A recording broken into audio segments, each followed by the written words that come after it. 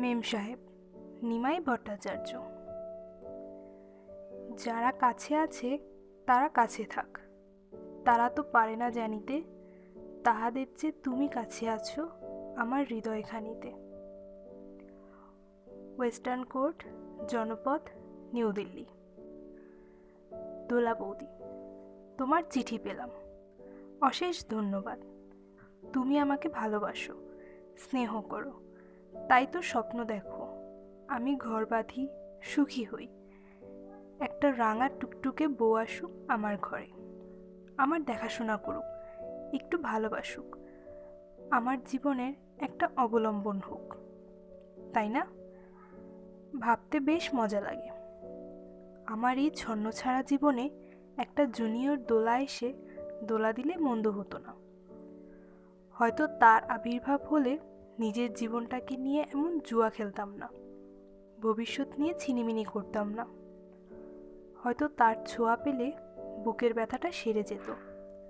হয়তো নিকট ভবিষ্যতে মুসৌরি বা নৈনিতালের কোনো নার্সিংহোমে যাবার প্রয়োজন হতো না। হয়তো আরও অনেক কিছু হতো। নিজের কাছ থেকে নিজেকে এমনভাবে লুকিয়ে রেখে পালিয়ে বেড়াতাম না। তাই না দোলা বৌদি? সত্যি বলতে কি, বিয়ে করতে আমার সম্মতি না থাকলেও কোনো মেয়ে যে আমাকে বিয়ে করতে পারবে তাতে আমার বিশেষ অসম্মতি নেই, বরং বেশ আগ্রহই আছে। আর তাছাড়া আগ্রহ না থাকার কি কারণ হতে পারে? তুমি তো নিজেই 18-19 বছর বয়স থেকে খোকনদাকে দোলা দিতে শুরু করেছিলে। ইউনিভার্সিটির 2 গেট দিয়ে দুজন বেরোতে। তুমি ইউনিভার্সিটির দোরগোড়া থেকে 2B বাসে চাপতে, আর খোকনদা মেডিকেল কলেজের পেছন থেকে 9 নম্বর বাসে চাপত। দুজন দুটি বাসে চাপলে কি হয়? দুজনই তো নেমে পড়তে লিন্ডসে স্ট্রিট মোড়ে। ডিসেম্বরে হাড় কাঁপানো শীতে ফাঁকা দার্জিলিং উপভোগ করেছো তোমরা। এসব আমি জানি। আরও জানি তুমি নিজের হাতের কঙ্কন আর গলার মোটা হারটা বিক্রি করে দিয়েছিলে বলেই খোকনদা অতদিন ধরে রিসার্চ করে পিএইচডি করলো। এমনি করে দোলা দিতে দিতে একদিন অকস্মাৎ নিজের দোলনায় তুলে নিলে খোকনদাকে। এসব তো আমার নিজের চোখে দেখা। আরও অনেকেই তো দেখলাম। মঞ্জুরি, লিপি, কণিকারাই কি বা কম খেল দেখালো? আমার প্রথম যৌবনের সেই সবুজ কাঁচা দিনগুলোতে তোমরা সবাই আমাকে যথেষ্ট ইনফ্লুয়েন্স করেছ। হয়তো আজও সেই ইনফ্লুয়েন্স শেষ হয়নি। আর ওই অনুরাধা, কত বড় বড় কথা, কত লেকচার, কত তর্ক বিতর্ক। বিয়ে শেষ পর্যন্ত একটা পুরুষের তৃষ্ণা মেটাবার জন্য আমাকে স্বীকার করবে? Never, never, never.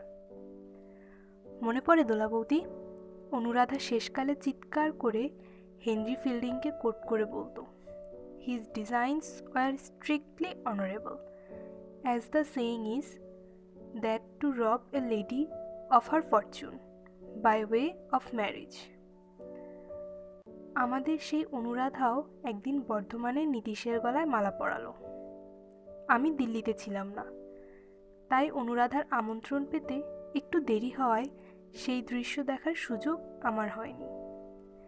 কিন্তু তার বৌভাত ফুলশয্যার দিন আমি বর্ধমান না গিয়ে পারিনি। প্রাচীন কাব্যে আছে, অনন্ত যৌবনা উর্বশীর ক্যাবারে ডান্সের ঠেলায় স্বর্গরাজ্যের ম্যানেজিং ডাইরেক্টরদের সব কাণ্ডজ্ঞান লোপ পেয়েছে, কিন্তু মুনি ঋষিদের নাচে উর্বশীর ধ্যানভঙ্গ? না, তা পড়িনি। তবে সেটা দেখলাম অনুরাধার বেলায়। একটা ভাঙা জিপ গাড়ি, 2 কনস্টেবল আর একটা পেটমোটা সব ইন্সপেক্টরদের ঘাড়ে চড়ে আইপিএস নীতিশ এমন নাচই নাচলো, অনুরাধাও ক্লিন বোল্ড হয়ে গেল।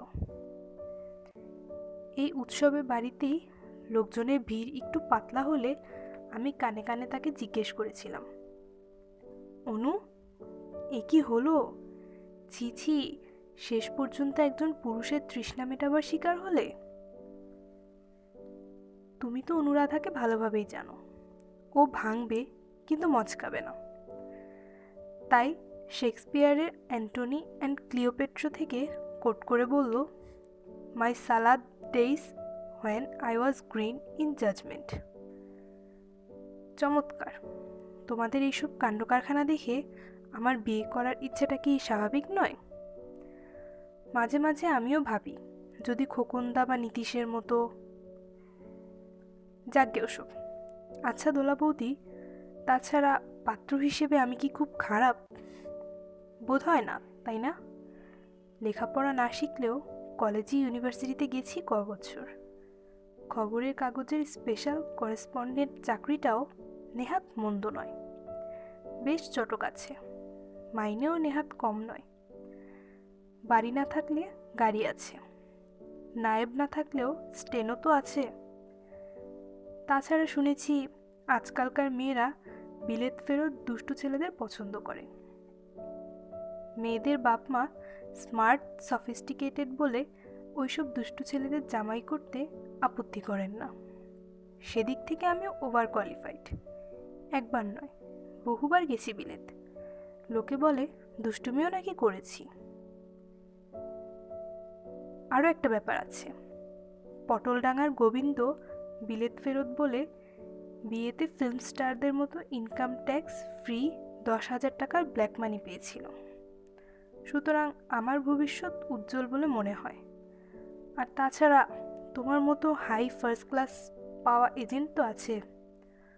পয়সাওয়ালা বোকা বোকা ছেলেদের একটা উড়ো উড়ো মেয়ে শিকার হওয়া অধ্যাপিকা দোলা সরকারের কাছে নিশ্চয়ই খুব কষ্টকর কিছু নয়। তবে তার আগে মেম সাহেব উপাখ্যানটা তোমার জেনে নেওয়া দরকার। আমার ওই কালো মেম সাহেবকে নিয়ে তোমরা অনেক হাসা ঠাট্টা করেছো, হয়তো কিছু ধারণাও করেছো মনে মনে। শুধু তুমি কেন, অনেকের মনেই আমার মেম সাহেবকে নিয়ে অনেক প্রশ্ন। কেউ কেউ ভাবে মেম সাহেব বলে কিছু নেই, পুরোটাই গুল 420। আবার কেউ কেউ ভাবেন মেম সাহেবকে শুধু আমি ভালোবাসিনি, বিয়েও করেছি। নানা ধরনের নানা লোকজনের কাছ থেকে মেম সাহেব সম্পর্কে চিঠিপত্র কম পাই না। যার সঙ্গেই নতুন আলাপ হয় তিনিই প্রশ্ন করেন, মেম সাহেবকে? ছেলে মেয়ে বুড়ো বুড়ি সবার এক প্রশ্ন। এই তো কদিন আগে দিল্লি ইউনিভার্সিটি এক তন্নি শ্যামার সঙ্গে আলাপ হলো। বাড়িতে নিয়ে গেলেন, 2টো থিন অ্যারারুট বিস্কিট আর একটা প্যারা সন্দেশ আর 1 কাপ চা দিয়েই মুচকি হেসে জিজ্ঞেস করলেন, মা জানতে চাইছিলেন মেম সাহেবের আসল নাম কি? বছরখানেক আগে সিউড়ি থেকে এক বৃদ্ধা পার্সেল করে একটা লাল টুকটুকে সিল্কের শাড়ি পাঠিয়েছিলেন। সঙ্গে একটা ছোট্ট চিঠি ছিল। লিখেছিলেন, তোমার মেম বউকে এই শাড়িটা আশীর্বাদ পাঠাচ্ছি। বিদেশি মেমকে এই শাড়িটা পরালে ভালো লাগবে। মাতৃতুল্য স্নেহাতুর বৃদ্ধাকে আমি লিখেছিলাম, মা শাড়িটা আপনি সাবধানে রেখে দিন, সময় মতো আপনার মেম বউকে নিয়ে ওখানে গিয়েই শাড়িটা গ্রহণ করব। মেম সাহেবকে নিয়ে আরও কত কাণ্ডই হয়। তাই তো এবার ভেবেছি তোমাদের সঙ্গে এমন আর লুকোচুরি না খেলে পুরো ব্যাপারটাই খুলে বলবো। তাছাড়া আমার জীবনের এইসব ইতিহাস না জানলে তোমার পক্ষে ঘটকালি করতেও অসুবিধা হতে পারে। তোমাকে সব কিছু লেখার আগে নৈতিক দিক থেকে মেম সাহেবের একটা অনুমতি দরকার। কিন্তু আজ সে এত দূরে চলে গেছে যে তার অনুমতি জোগাড় করা অসম্ভব। আর হ্যাঁ, তার ঠিকানাটাও আমার জানা নেই।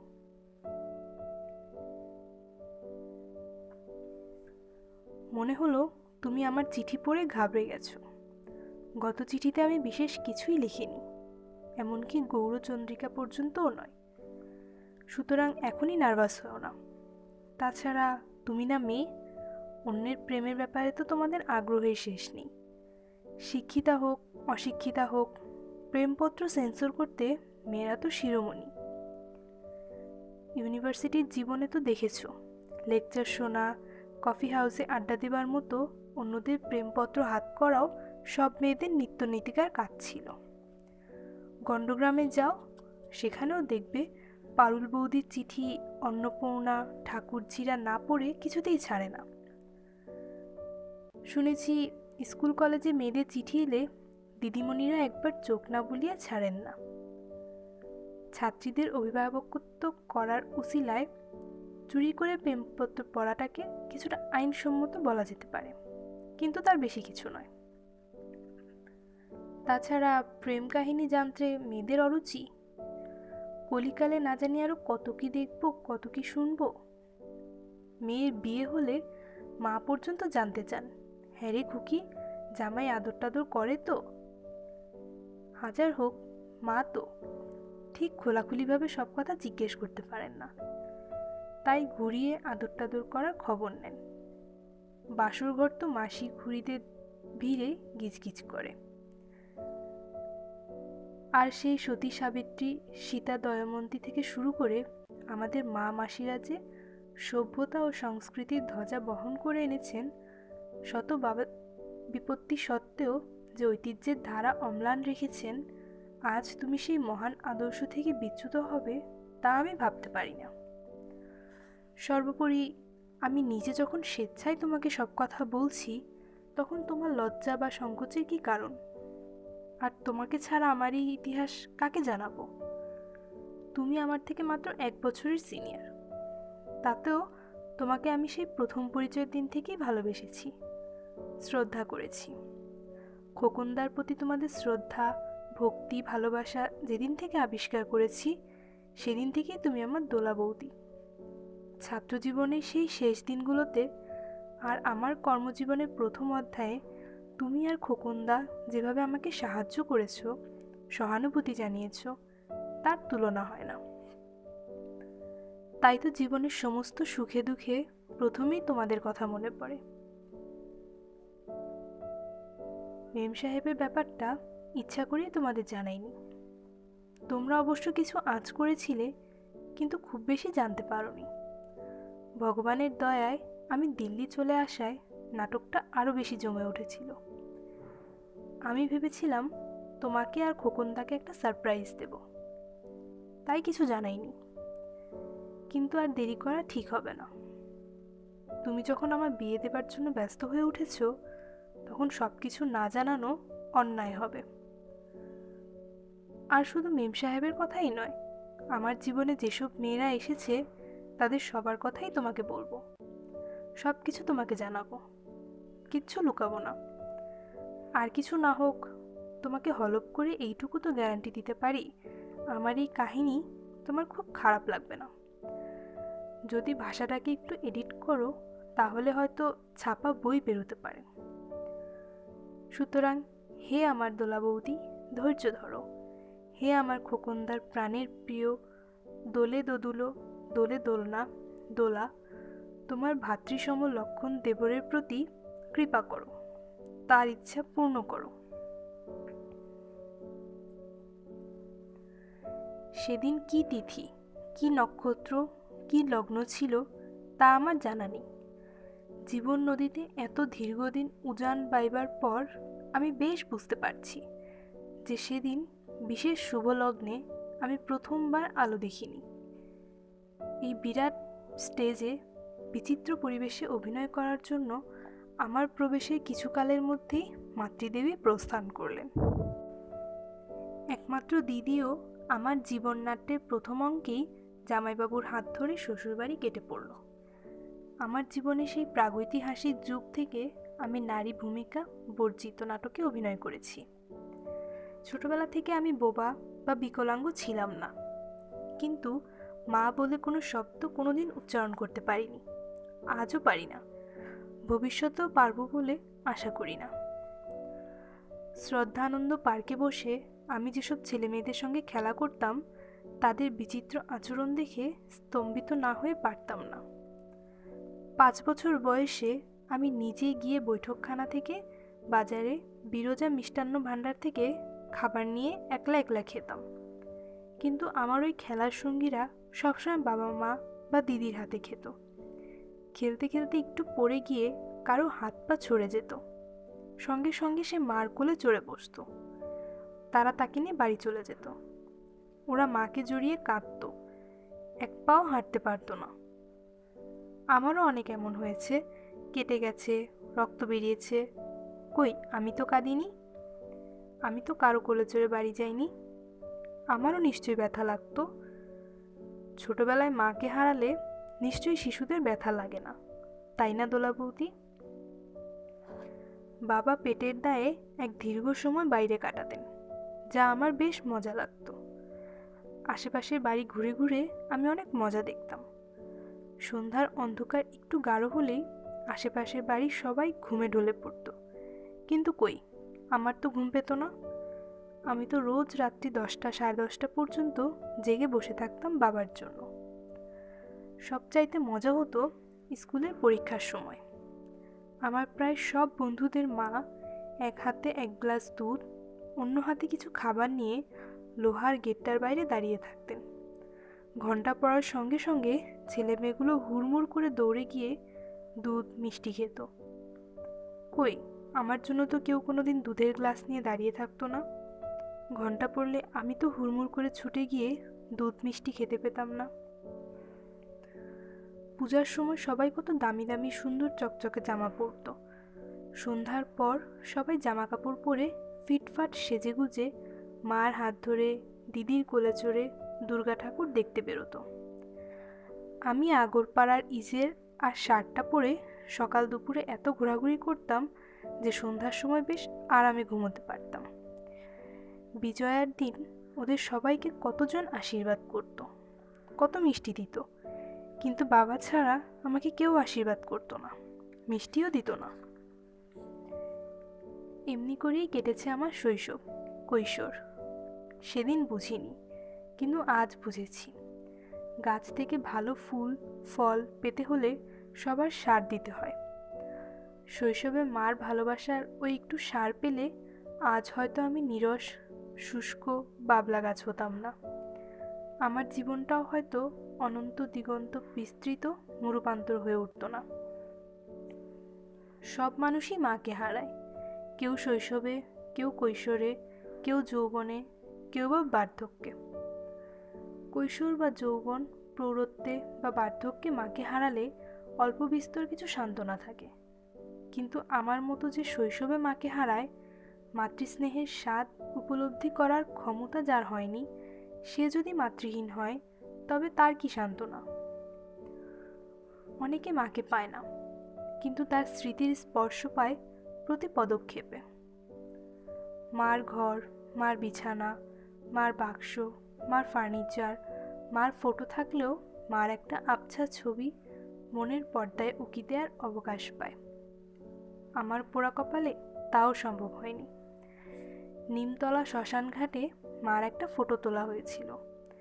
5 টাকা দিয়ে 3টে কপি পাওয়া গেছিল। নিয়মিত বাসা বদলের দৌলতে 2টি কপি নিরুদ্দেশ হয়ে যায়। তৃতীয় কপিটি দিদির সংসারে ক্ষুধার্ত উইপোকার উদরের জ্বালা মেটাচ্ছে। মানুষের জীবনের প্রথম ও প্রধান নারী হচ্ছে মা। তার স্নেহ, তার ভালোবাসা, তার চরিত্র, আদর্শ প্রতি পুত্রর জীবনই প্রথম ও প্রধান সম্পদ। আমি সেই স্নেহ স্পর্শ, ভালোবাসা ও সম্পদ থেকে চিরবঞ্চিত থেকে গেছি। তাই তো আমার জীবনে নারীর প্রয়োজন ও গুরুত্ব উপলব্ধি করতে অনেক সময় লেগেছে। ছোটবেলায় মাকে হারিয়ে ও আশেপাশের কোনো বোন বা অন্য কোনো নারী চরিত্র না থাকায় মেয়েদের সম্পর্কে আমার শঙ্কা ও সংকোচ বহুদিন কাটিয়ে উঠতে পারিনি। আমার কৈশোরের সে দিনের কথা মনে পড়লে আজও হাসি পায়। তখন ক্লাস 9 থেকে 10-এ উঠেছি। সবে পাখনা গজানো শুরু হয়েছে। হাফ প্যান্ট ছেড়ে মালকোচা দিয়ে ধুতি পরা শুরু করেছি। ফুল হাতা শার্টের হাতা না গুটিয়ে পড়লে নিজেকে বোকা বোকা মনে হয়। শ্রদ্ধানন্দ পার্কে পাড়ার ছেলেদের সঙ্গে ফুটবল পেটাতে বেশ আত্মসম্মানে লাগে।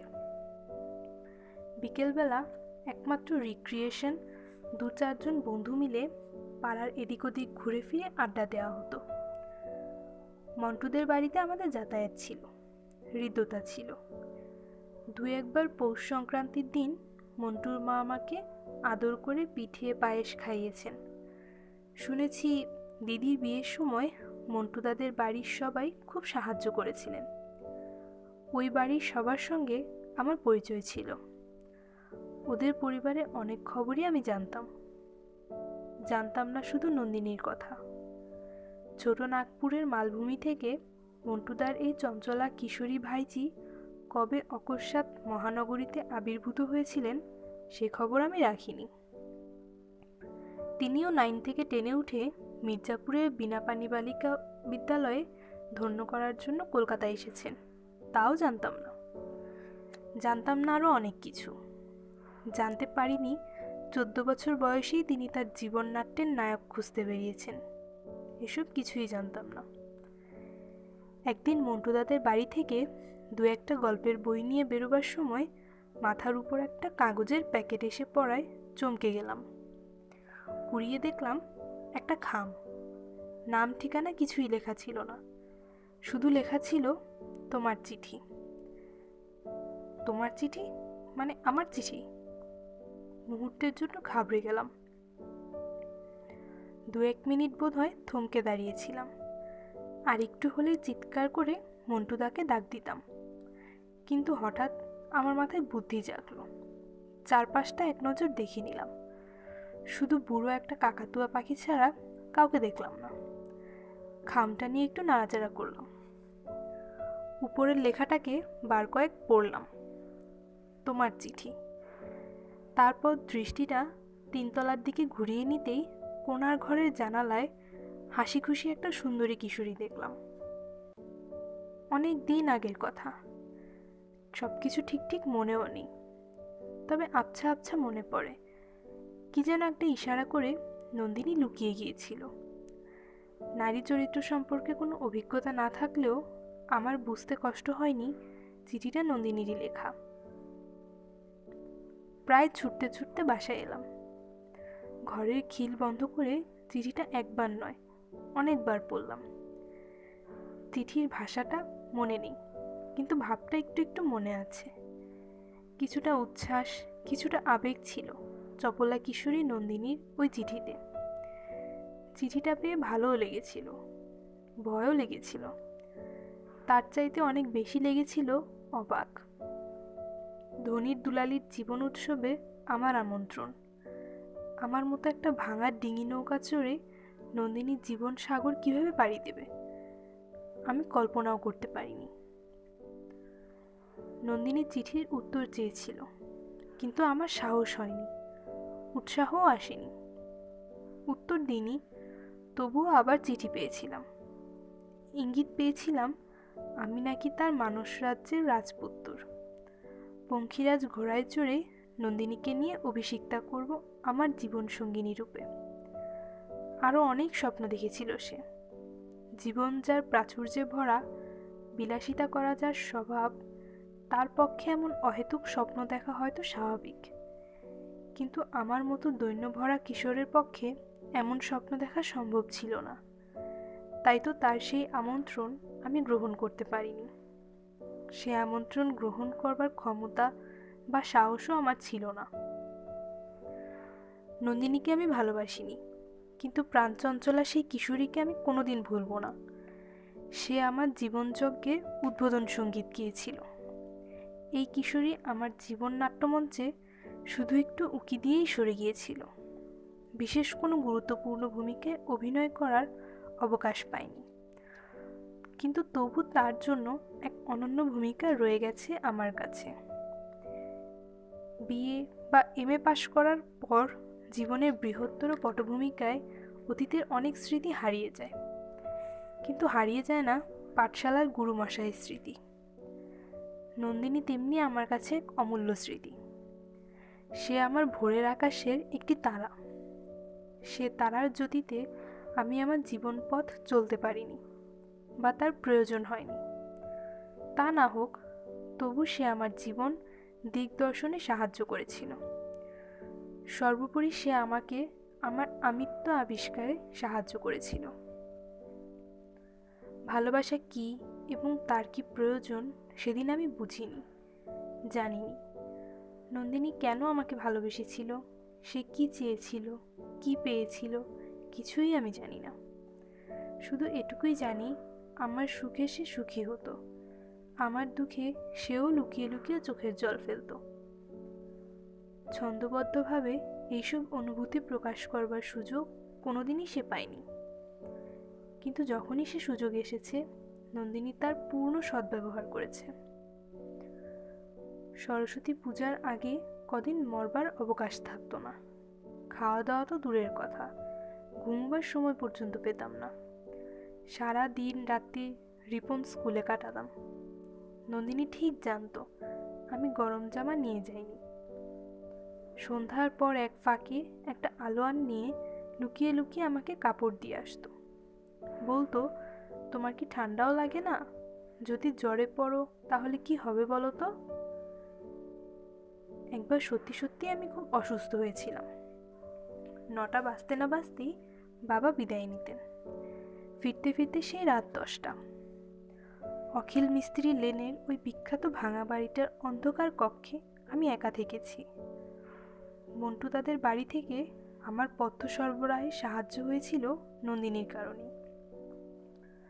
দুবেলা স্কুলে যাতায়াতের পথে নন্দিনী আমাকে দেখে যেত, একটু সেবা যত্নও করত।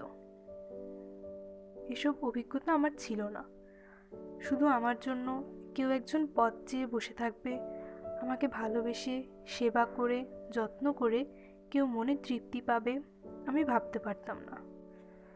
নন্দিনী আমার জীবনে সে অভাবিত অধ্যায়ের সূচনা করে। ম্যাট্রিক পাশ করার পরই নন্দিনী বোম্বে চলে গেল।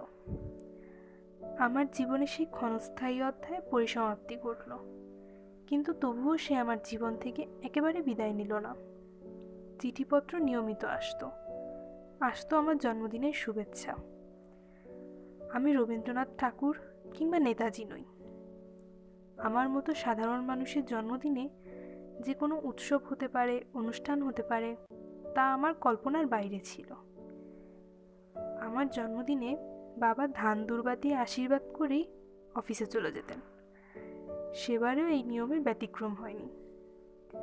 বিকেলবেলা নন্দিনী টিফিনের পয়সা বাঁচিয়ে আমার জন্য সামান্য কিছু উপহার এনে আমাকে চমকে দিয়েছিল। নন্দিনী আজ অনেক দূরে চলে গেছে। সুখ শান্তিতে স্বামী পুত্র নিয়ে ঘর সংসার করছে। তার আজ কত কাজ, কত দায়িত্ব, কিন্তু তবুও একটা গ্রিটিংস টেলিগ্রাম পাঠাতে ভোলে না আমার জন্মদিনে। কলকাতা থেকে বিদায় নেবার পর আমার আর নন্দিনীর সঙ্গে দেখা হয়নি। এমএ পড়ার সময় ওর বিয়ে হলো এক আইএস পাস পাত্রের সঙ্গে। নিমন্ত্রণ পত্রের সঙ্গে একটা ব্যক্তিগত অনুরোধপত্রও এসেছিল, কিন্তু আমার পক্ষে তখন বম্বে যাওয়া আদৌ সম্ভব ছিল না। টিউশনির টাকার আগাম নিয়ে 15 টাকা দামের একটা তাঁতের শাড়ি পাঠিয়েছিলাম। ইতিমধ্যে আমি আমার জীবনযুদ্ধে এমন মেতে উঠেছিলাম যে নন্দিনীকে মনে করার ফুরসত পর্যন্ত পেতাম না। প্রায় বছর 10 পরে আমি গ্যাংটক গিয়েছিলাম কি একটা কাজে। 3-4 দিন পরে কলকাতা পথে শিলিগুড়ি ফিরছিলাম। পথে আটকা পড়লাম। সেবক ব্রিজের কাছে কিছুটা ধস নেমে রাস্তা বন্ধ হয়ে গিয়েছিল। কুলি মজুরের দল রাস্তা পরিষ্কারে ব্যস্ত। আমার মতো অনেকেই প্রকৃতির এই খামখেয়ালিপনায় বিরক্ত হয়ে এদিক ওদিক ঘোরাঘুরি করছিলেন। রাস্তা পরিষ্কার হতে আরও ঘন্টা 2 লাগবে। তাই দীর্ঘ অবসরে অনেকের সঙ্গে আলাপ পরিচয় হলো। কার্শিয়াংয়ের এক তরুণ এসডিওর সঙ্গে বেশ ভাব হয়ে গেল। মাস কয়েক পর আবার কর্মপ্রদেশে দার্জিলিং যাচ্ছিলাম। পথে কার্শিয়াং পড়ে। মনে মনে ঠিক করেছিলাম এসডিও সাহেবের সঙ্গে দেখা করব। শিলিগুড়ি থেকে কার্শিয়াং এলাম। হঠাৎ অফিসে গিয়ে হাজির হওয়ায় এসডিও সাহেব চমকে গেলেন। পরপর 2 কাপ কফি গিলেই পালাবার উপক্রম করছিলাম, কিন্তু এসডিও সাহেব বললেন, তা কি করে হয়? আমার কোয়ার্টারে যাবেন, লাঞ্চ করবেন, তারপর বিকেলে দার্জিলিং যাবেন। আমার জন্য কোনো উত্তরের অপেক্ষা না করেই এসডিও সাহেব কোয়ার্টারে টেলিফোনে স্ত্রীকে জানালেন, নন্দা, আমার এক বন্ধু এসেছেন কলকাতা থেকে, লাঞ্চে নিয়ে আসছি, একটু ব্যবস্থা করো। গোটা 12 নাগাদ এসডিও সাহেব আমাকে নিয়ে কোয়ার্টারে গেলেন। ড্রয়িং রুমে আমাকে বসিয়ে রেখে স্নান করবার জন্য বিদায় নিলেন। মিনিট কয়েক পরে আর কেউ নয়, স্বয়ং নন্দিনী কফির কাপ নিয়ে আমার সামনে হাজির হলো। দুজনই একসঙ্গে বলেছিলাম, তুমি? সেদিন কার্শিয়াং পাহাড়ের সমস্ত কুয়াশা ভেদ করেও নন্দিনীর চোখে মুখে যে উজ্জ্বলতা, যে আনন্দ দেখেছিলাম তা কোনোদিন ভুলব না। এসডিও সাহেবকে বলেছিলাম, আপনি যে মন্টুদার বাড়ির জামাই তা তো জানতাম না। সংক্ষেপে জানালাম ওর শ্বশুরবাড়ির সঙ্গে আমার হৃদ্যতার কথা। গোপন করিনি, তার স্ত্রীর সঙ্গে আমি ছোটবেলায় খেলাধুলো করেছি। এসডিও সাহেব আমাকে শ্বশুরবাড়ির দূত মনে করে আনন্দে মেতে উঠলেন। লাঞ্চের টেবিলে এক গ্লাস স্কোয়াশ হাতে নিয়ে আমার হেলথের জন্য প্রপোজ করলেন। ঘোষণা করলেন, মিস্টার জার্নালিস্ট, আজ রাতে এক স্পেশাল ডিনারে চিফ গেস্ট হবেন এবং কার্শিয়াংয়ে রাত্রিবাস করবেন। আমি বললাম, তা কি হয়? এসডিও সাহেব বললে, ভুলে যাবেন না, আমি শুধু অ্যাডমিনিস্ট্রেশন চালাই না, বিচারও করি। আমি কার্শিয়াংয়ের চিফ জাস্টিস ক্রাম প্রাইম মিনিস্টার। নন্দিনী বলল, এতদিন পর যখন দেখা হলো, একটা দিন থাকলে কি তোমার খুব ক্ষতি হবে? সত্যি খুব আনন্দ করেই সেই দিনটা কাটিয়েছিলাম। নন্দিনী ঠিক এতটা আদর যত্ন করবে ভাবতে পারিনি। কর্মজীবনের পাকচক্রে আমি ছিটকে পড়েছি বহুদূরে। নন্দিনীর সঙ্গে আমার আর দেখা হয়নি। ভবিষ্যতে কোনোদিন দেখা হবে কি না তাও জানি না, তবে ভুলবো না তার স্মৃতি। জানো দোলা বৌদি, আমি কার্শিয়াং ত্যাগের পর নন্দিনী বলেছিল একটা অনুরোধ করব। আমি বলেছিলাম, তার জন্য কি অনুরোধ রাখার অনুমতি প্রয়োজন?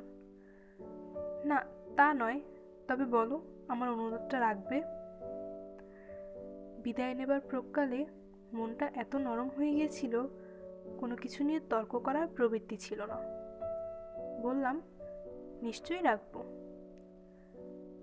তোমার পুত্রবধূর নাম নন্দিতা রেখো, রাখবে তো? আমি স্তম্ভিত হয়ে গেছিলাম ওর ওই বিচিত্র অনুরোধ করার জন্য। ঠোঁট কামড়াতে কামড়াতে কথা বলতে পারিনি, শুধু মাথা নেড়ে সম্মতি জানিয়েছিলাম। এই চিঠি আর দীর্ঘ করব না। তাছাড়া তুমি তো আমার একটা চিঠি পড়ে ক্ষান্ত হও না। এক চিঠি তুমি কয়েকবার পড়ো, আর যাই করো এসব চিঠি তুমি কলেজে নিয়ে ক্লাসে বসে পড়ো না। 3-4 দিনের জন্য এলাহাবাদ যাচ্ছি, ফিরে এসে আবার চিঠি দেব।